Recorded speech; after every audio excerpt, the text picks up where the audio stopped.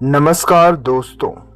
क्या होगा अगर मैं आपसे कहूं कि गौतम बुद्ध के बारे में जो बातें आपने बचपन में सुनी हैं उनमें से कई ऐतिहासिक रूप से विवादित है, कुछ अति रंजित है और कुछ बाद की परंपराओं द्वारा गढ़ी गई कहानियां हैं।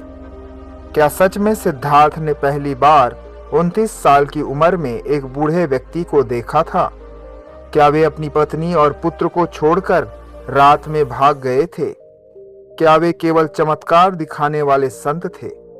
जब किसी महान व्यक्ति का प्रभाव सदियों तक बना रहता है तो उसके चारों ओर मिथक भी बनने लगते हैं।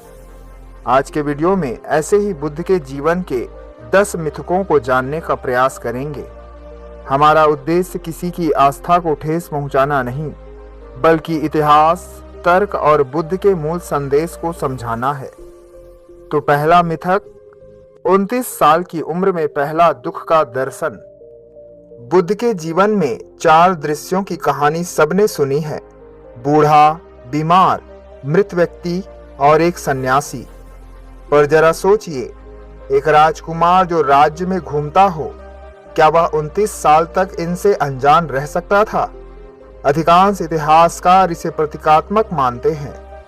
असल प्रेरणा अचानक दर्शन नहीं, बल्कि दुख के कारणों को समझने की गहरी जिज्ञासा थी।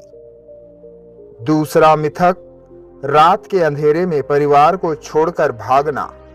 कहा जाता है, सोती हुई यशोधरा और राहुल को देखकर वे चुपचाप निकल गए। पर विद्वान मानते हैं कि यह विवरण बाद में अधिक नाटकीय बना दिया गया। गृह त्याग एक गंभीर, सोचा समझा निर्णय था।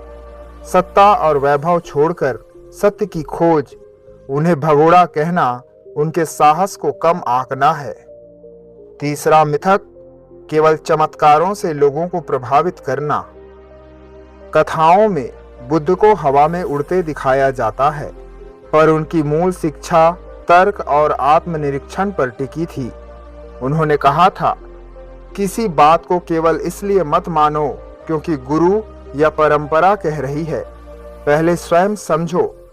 जो स्वयं सोचने की शिक्षा दे वह चमत्कार से अनुयायी नहीं चाहेगा।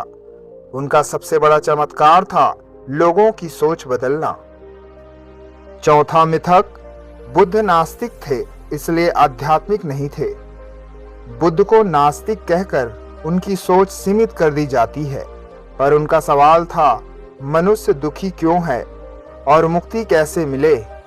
उन्होंने क्रोध, लोभ और मोह से मुक्ति को महत्वपूर्ण बताया।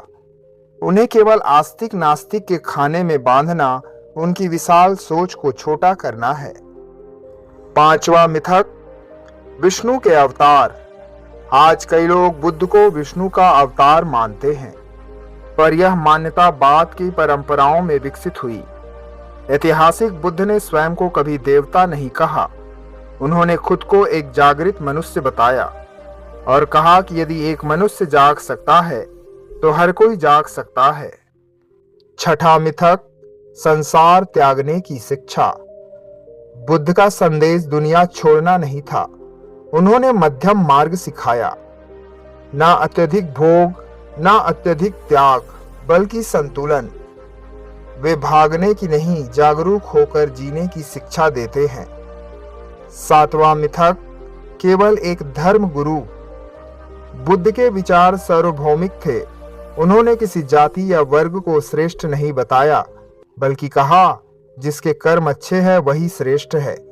यही वजह है कि आज दुनिया भर की संस्कृतियां उनसे प्रेरणा लेती है। आठवां मिथक, हमेशा शांत और निष्क्रिय।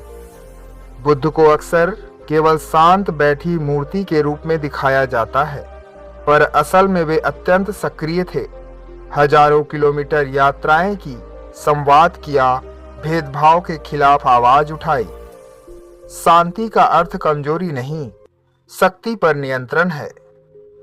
नौवां मिथक, केवल सन्यासियों के लिए। कुछ मानते हैं बुद्ध का मार्ग सिर्फ भिक्षुओं के लिए है, पर सच बोलना, ईमानदारी, क्रोध पर नियंत्रण और करुणा ये हर इंसान के लिए है। गृहस्थों के लिए भी उतने ही जरूरी है।